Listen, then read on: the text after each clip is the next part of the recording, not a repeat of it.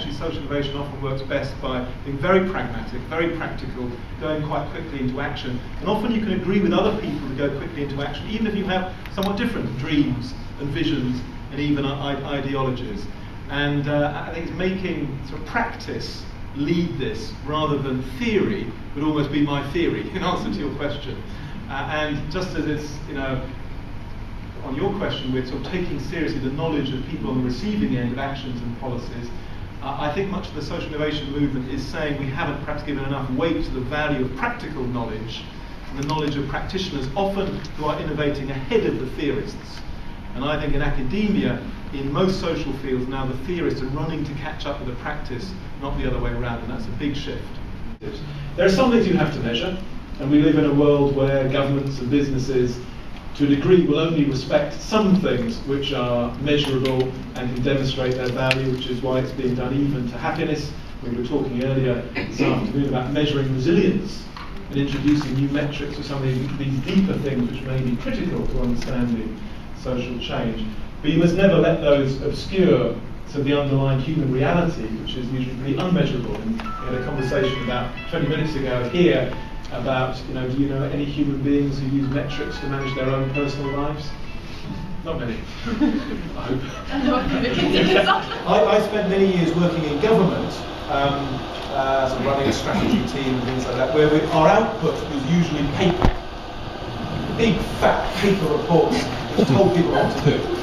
Set them targets and deadlines and held them to account and led to laws and budgets and so on. And you have to do that in government, to a degree. That you can get carried away.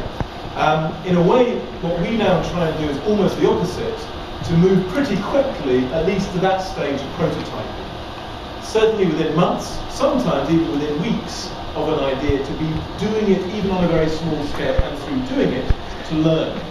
And I've become more and more convinced this is a better way of doing change than spending a year or two developing a complicated strategy and policy, and then 3 years later, eventually it's implemented. And I think part of the spirit, as Justine said, of social innovation is a sort of just do it spirit.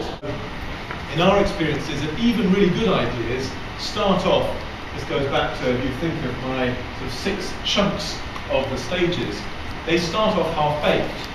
Every really good idea which has transformed the world, when it was first thought of, would have been second and third thought of, was still actually a slightly half-baked idea. And it often takes time to evolve and develop the idea into a form which can be prototyped and piloted. And one of the reasons I think intermediaries are needed is often it's taking the germs of the good idea and really fashioning it into the form which will really take off, which is the key missing skill often in the social sector. There's a very parallel situation in the scientific world and in medicine, that in those fields there are very strong intermediary bodies which link together the bees and the trees, the supply of innovation and the demand for innovation. Very well funded, very strong bodies, scanning for ideas, connecting, linking and so on.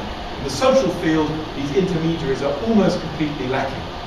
And that's one of the reasons why so many innovations don't get to scale, don't get to impact. And one of the reasons why the new centre here is so important is I'm convinced that without intermediaries of this kind, social innovation ecologies don't function. And the final point is really about recession. I was worried a year or so ago as our recession began that it would squeeze innovation to the margins, governments, businesses would slash their R&D budgets. But in fact, I've become convinced of the precise opposite. As Justine said earlier, in fact, the sheer pressure of what's happening is making governments much more interested in how to do more radical things. Radical things around jobs, around using land, using empty properties, around employing unemployed graduates, around carbon reduction, you name it. And indeed, one of the lessons of past recessions and depressions, they always were, in fact, great accelerators of innovation.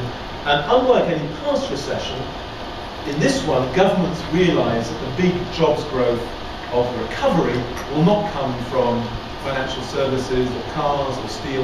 A lot of it will come from health, from care for the elderly, from education, from environmental services, from fields which used to be thought of as social sectors, but are increasingly becoming dominant parts of the economy in terms of jobs and GDP. Far bigger, every single one of those sectors, than cars, steel, computer manufacturing, pharmaceuticals, and you name it. Pure user-driven design doesn't really work, because that's usually not knowledgeable about what is known by doctors and medical professions. Pure professionally driven innovation doesn't work because it's blind to the patient experience. It's a bit like the weeds and the trees point. It's how can you bring them together in a creative, constructive partnership. And as I say, I feel there's a bit of a breakthrough happening in terms of mindsets. And one of the drivers of that is the sort of dawning awareness, I guess, in the medical professionals, in many cases, that chronic disease is now 80% of what health services are about, in terms of costs, in terms of pressures on GPs and hospitals.